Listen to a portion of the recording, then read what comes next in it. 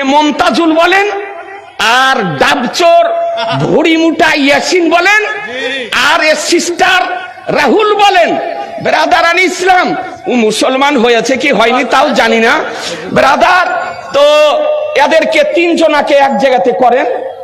আপনাদের রামনগর কি বলছি, রামনগরের মানুষকে বলছি, এলাকার মানুষকে বলছি, ওরা তিনজনাকে ডাকেন এখানে, যে আলোচনার টেবিলে বসান। রামনগরই হোক, কার ভাঁড়ে কতটা তেল আছে গোটা এলাকার মানুষ দেখবে। ওর ঝুলি থেকে যদি বিড়াল না বের হয়, নিয়েছেন টাকার চ্যালেঞ্জ করব না, টাকার চ্যালেঞ্জ করব না।